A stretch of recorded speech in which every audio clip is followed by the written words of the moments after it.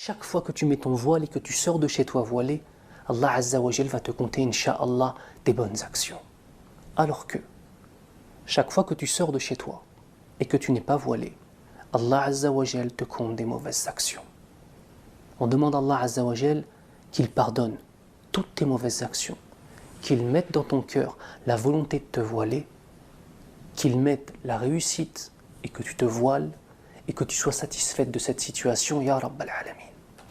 Parmi les choses importantes, il y a le fait que le prophète sallallahu alayhi wa sallam nous dit إِذَا لَمْ تَسْتَحِي فَاصْنَعْ مَا شِئْتَ. Si tu n'as pas de pudeur, alors tu peux faire ce que tu veux. Et ici on parle de pudeur. On doit faire la différence entre deux types de femmes qui ne sont pas voilées. D'une part, des sœurs qui ne sont pas voilées et qui ont un comportement qui n'est pas celui de l'islam.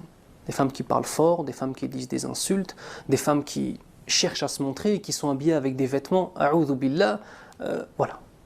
Je ne vais pas rentrer dans les détails. Et d'autre part, certaines femmes, subhanallah, qui déjà font des efforts dans leurs vêtements, qui déjà ont un comportement du voile, qui déjà sont discrètes, sont pudiques, mais ont simplement ce petit pas à faire.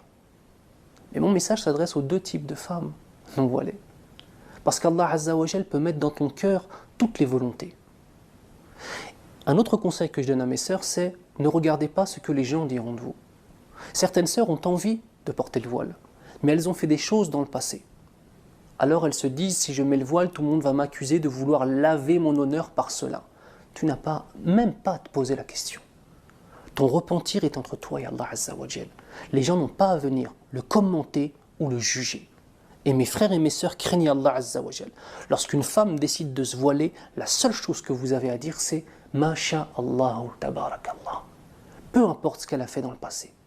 Cette sœur-là, si elle a décidé d'être pudique envers son Créateur et de respecter le droit de son Seigneur sur son corps et sur sa beauté, dites Ma sha'Allah tabarakallah. Ne jugez pas. Car peut-être que tu vas juger quelqu'un aujourd'hui et qu'Allah Azza wa Jal, pour te punir, va t'éprouver par les péchés que tu reprochais à cette personne-là. Allahumma